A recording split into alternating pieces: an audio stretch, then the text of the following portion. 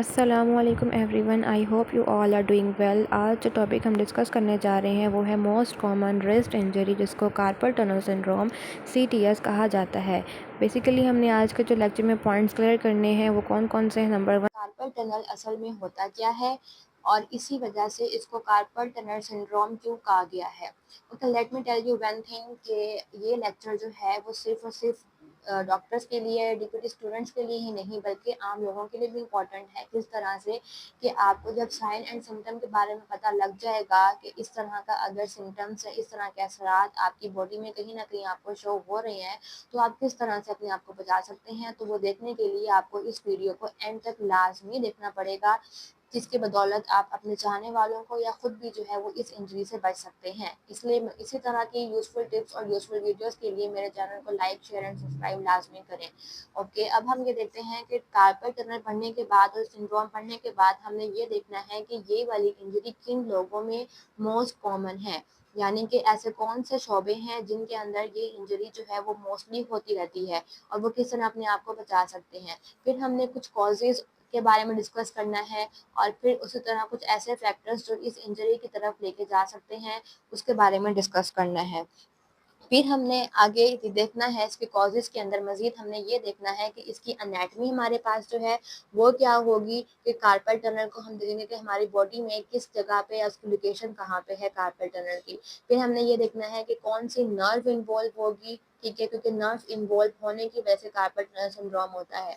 फिर हमने ये देखना है कि इसके मेजर कॉजेज कौन कौन से हैं जो मोस्ट कॉमन कॉज है, ठीक है। फिर उसके रिस्क फैक्टर्स के बारे में डिस्कस करेंगे। फिर हम देखेंगे सिम्टम्स कौन कौन से हैं, साइन एंड सिम्टम्स जो कि सबके लिए बहुत इंपॉर्टेंट है जानना। फिर उसके बाद हमने इसके कुछ स्पेशल टेस्ट देखने हैं जो कि उन लोगों के लिए जो इसको डायग्नोसिस करना चाहते हैं, यानी कि डिप्यूटी स्टूडेंट्स के लिए बहुत इंपॉर्टेंट है, जिसकी बेस पे अपना आप डायग्नोसिस जो है वो बहुत स्ट्रॉन्ग कर सकते हो।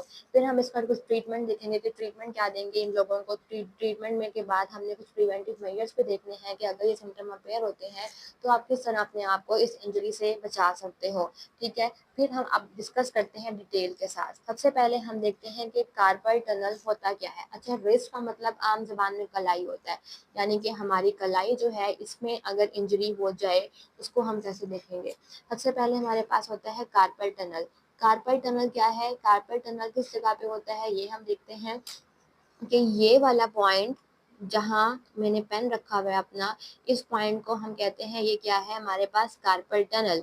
एक तंग गली है जहाँ से हमारी पूरी बाजू से होती हुई एक नर्व ने पास होना है उस तंग गली से।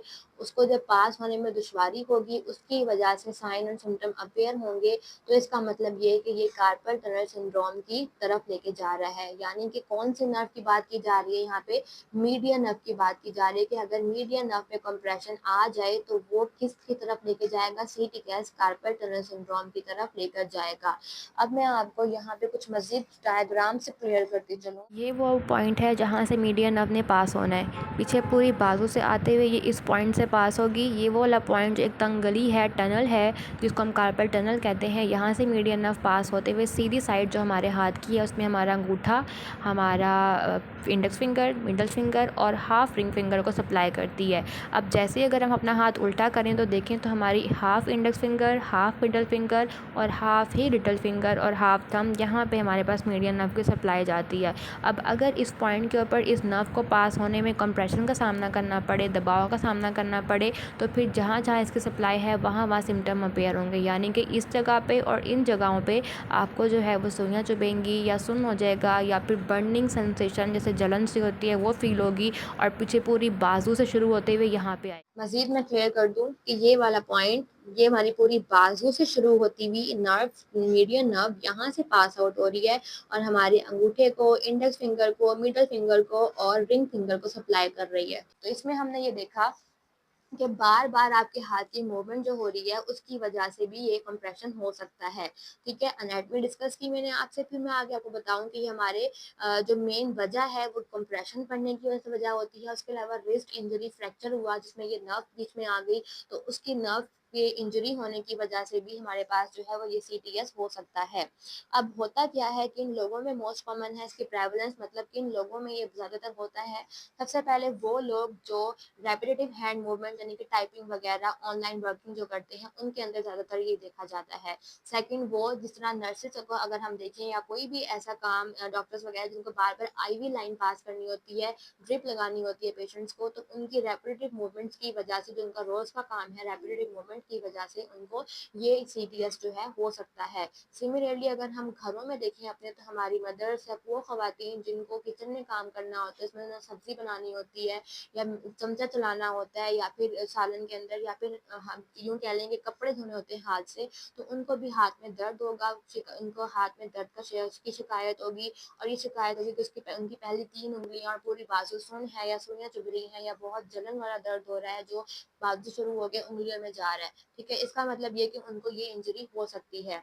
सिमिलरली हमारे पास कुछ ऐसे लोग भी हैं जिन्होंने अपना जो ऑफिस वर्क करते हैं, उनको भी कंप्यूटर पे बैठ के काम करना होता है, टाइपिंग के अलावा कंप्यूटर यूज़ करना होता है, जैसे माउस यूज़ करना होता है, तो जब वो उनके यहाँ पे कंप्रेशन पड़ेगा, हैंड के ऊपर इस पॉइंट पे कंप्रेशन पड़ेगा, तो फिर उनको जो है वो ये दर्द या ये सिम्टम्स जो है वो अपीयर होंगे। इसी तरह डिफरेंट शोबों में भी, जैसे ये जिनको IV लाइन पास करनी होती है, जैसे घर में खवातीन वगैरह होगी, मैं बार दोबारा रिपीट कर रही हूँ, उनको ये इंजरी हो सकती है। यानी कि कोई भी ऐसा काम जिसमें आपकी उँगलियों को बार-बार हरकत करनी हो या जिसमें इस पॉइंट के ऊपर इस जगह पे दबाव पड़े, तो फिर आपको ये सिम्पटम अपीयर होंगे और आप CTS का शिकार हो सकते हैं। सेकंड, हम देखते हैं कुछ ऐसे फैक्टर्स भी हैं जो हमें इस इंजरी की तरफ लेके जा सकते हैं। इवन दो आप लोग नॉर्मल वर्क कर रहे हैं, ना दबाव पड़ रहा है यहाँ पे, पर कुछ ऐसे फैक्टर्स कंडीशंस हैं जो आपको इस इंजरी की तरफ लेके जाते हैं। मोस्ट कॉमन हमारे पास शुगर पेशेंट जिनको डायबिटीज़ होती है, उनको भी ये इंजरी हो सकती है। उसी तरह जिनको थायराइड का मसला है उनको ये इंजरी हो सकती है। जिनको गंठिया है यानी कि हाथों के जो जोड़ हैं उनके अंदर उनको दर्द रहता है, उनको भी ये इंजरी हो सकती है। इन शॉर्ट अगर हम मेडिकल टर्म में बात करें तो रूमेटाइड आर्थराइटिस के पेशेंट्स को भी ये इंजरी हो सकती है। सिमिलरली मैंने सिम्टम आपको बता दिया, जिसमें मैंने पहले जिक्र किया आपसे कि या तो हाथ की पहली 3 उँगलियाँ और अंगूठा सुन्न रहेगा या सुइयाँ चुभेंगी वहाँ पे, या फिर उनको जो है वो बर्निंग सेंसेशन और शदीद दर्द का शिकार होगा। इवन कि वो ये कंप्लेन करते हैं कि अगर हम अंगूठा किसी भी उँगली की तरफ टच करें तो हमें शदीद दर्द होता है या सुइयाँ चुभती हैं।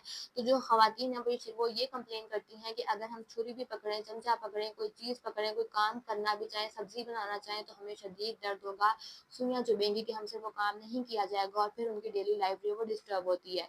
पेशेंट ये कंप्लेन करते हैं मैं बटन भी हुक करूँ या अगर वॉच पहने या कुछ भी अगर करें जिसमें उनको उँगलियाँ को हरकत करना पड़े, तो जब ये बहुत सीवियरिटी की तरफ जाएगा तो उनको हमेशा दर्द रहने लगेगा यहाँ पे। ठीक है, फिर हमने ये देखा कि आगे इसके कुछ स्पेशल टेस्ट होते हैं जो डॉक्टर्स या आपके फिजिशियन जो है इसको एग्जामिन करने के लिए करते हैं कि वाकई में ये कार्पल टनल है, कोई और डिजीज तो नहीं है, जो कि DPT स्टूडेंट्स के लिए भी बहुत इंपॉर्टेंट है।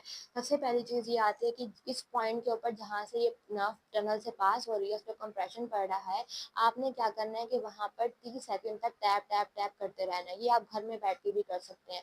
अगर यहाँ पे आपको टैपिंग करने से सुइयाँ चुभने लगे या दर्द हो, या वो दर्द इस तरह से हो कि पिछले पूरे बाजू से आगे इन पहली 3 उंगलियों अंगूठे में जा रहा हो, सुइयाँ चुभ रही हो और शूटिंग पेन हो, तो इसका मतलब ये कि आपको कार्पल टनल सिंड्रोम है। ठीक है, सेकंड चीज़ यहाँ पे ये आती है कि इसी की तरह हम कुछ फैलन टेस्ट भी करवाते हैं पेशेंट को। फैलन टेस्ट में क्या होता है कि आपने अपनी कलाई को जो है वो मोड़ना होता है। किस तरह मोड़ना होता है, और ये आपने 60 सेकंड तक मोड़ के रखना है। किस तरह से कि आपने दोनों हाथ सामने लेके आने हैं, आपके हाथ इस तरह से हो और फिर आपने ये यूँ रोक के रखना है 60 सेकंड तक। इस 60 सेकंड में अगर आपको ये सिम्टम अपीयर हो तो इसका मतलब ये कि टेस्ट पॉजिटिव है और आपको कार्पल टनल सिंड्रोम है। सिमिलरली अगर हम देखें तो हमारे पास कुछ और टेस्ट भी होते हैं जो ये इंडिकेशन देते हैं कि yes it is a carpal tunnel, जिसमें हमारे पास डोर्कन टेस्ट आता है। उसमें क्या होता है कि आपने जो ये नर्व कंप्रेस हो रही है, इधर प्रेशर अप्लाई करना है, इसको दबा के रखना है। दबाने से अगर आपको सिम्टम अपीयर हो तो इसका मतलब ये है कि आपको CTS है। ओके, नेक्स्ट वीडियो में आप लोगों के साथ मैं शेयर करूँगी इसका ट्रीटमेंट प्लान, और अगर अर्ली स्टेज में हमें सिम्टम अपीयर हो जाए तो हमें क्या करना चाहिए कि हम मज़ीद कॉम्प्लिकेशन से बच सकें। तो फिर मिलते हैं इसके पार्ट 2 के साथ, तब तक के लिए अल्लाह हाफ़िज़।